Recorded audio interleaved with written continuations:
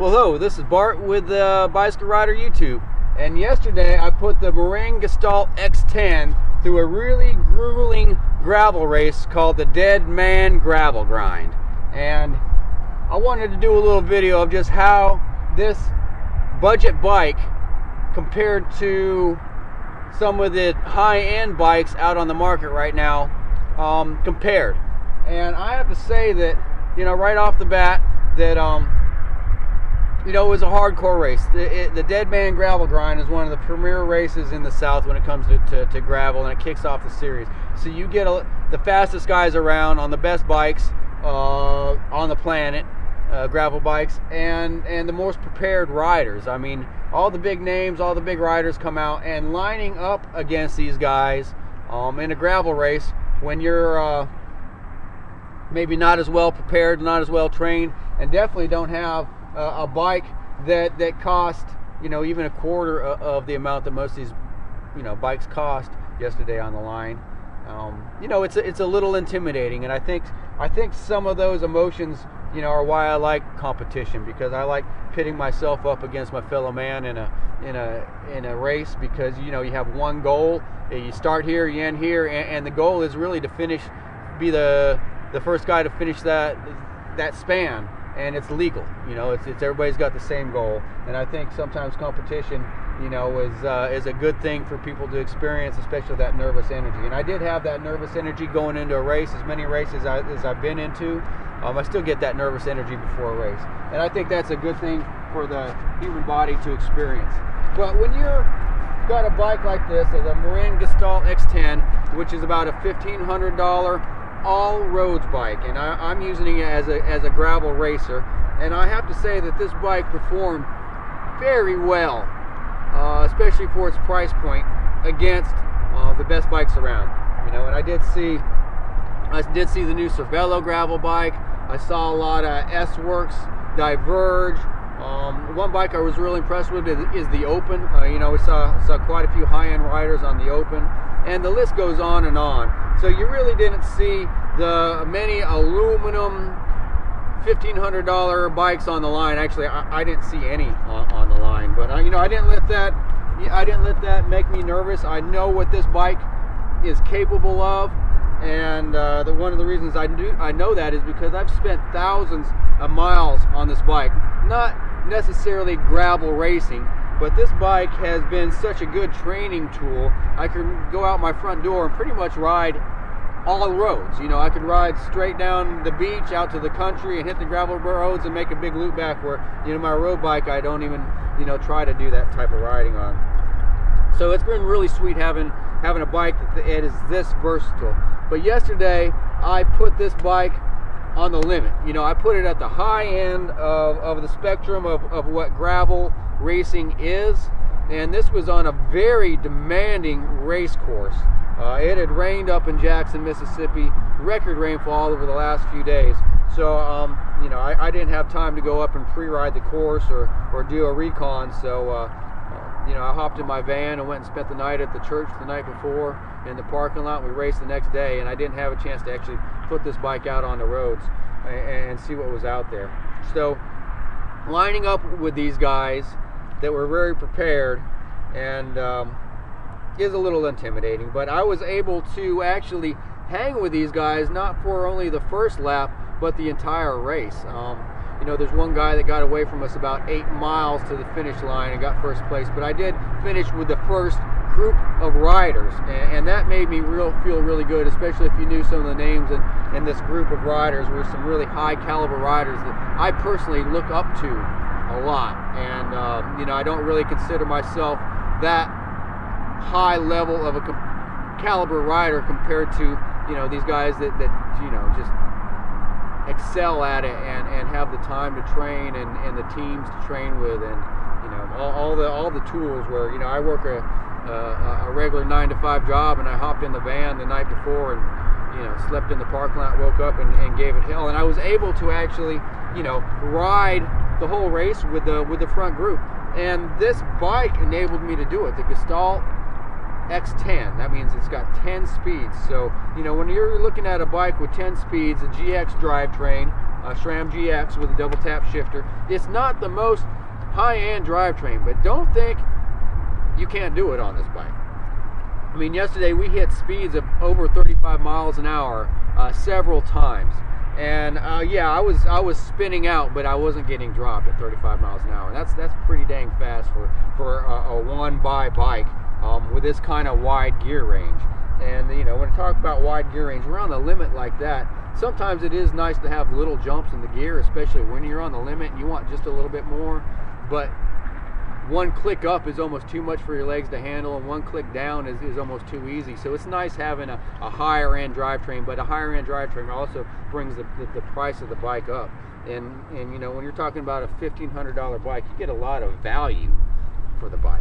And Marin calls this their all roads bike. But you know, I put this in a gravel race yesterday against, you know, the fastest guys around, and was able to, you know, this bike worked.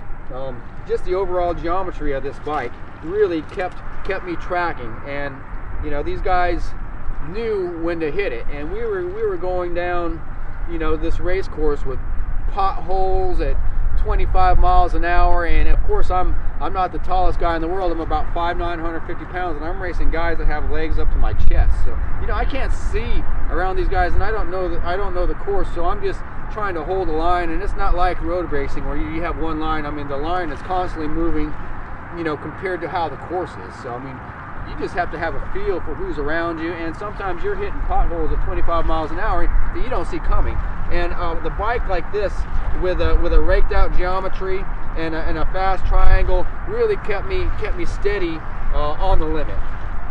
So it definitely mitigated some of the course very well, even compared to some of the high-end race bikes that do it. And you expect a bike, when you're spending, you know, $6,000, $7,000, $10,000 for a bike, you want the bike to do a lot of the work for you. So when you're at $1,500, you just know you better compensate one way or the other for the price difference.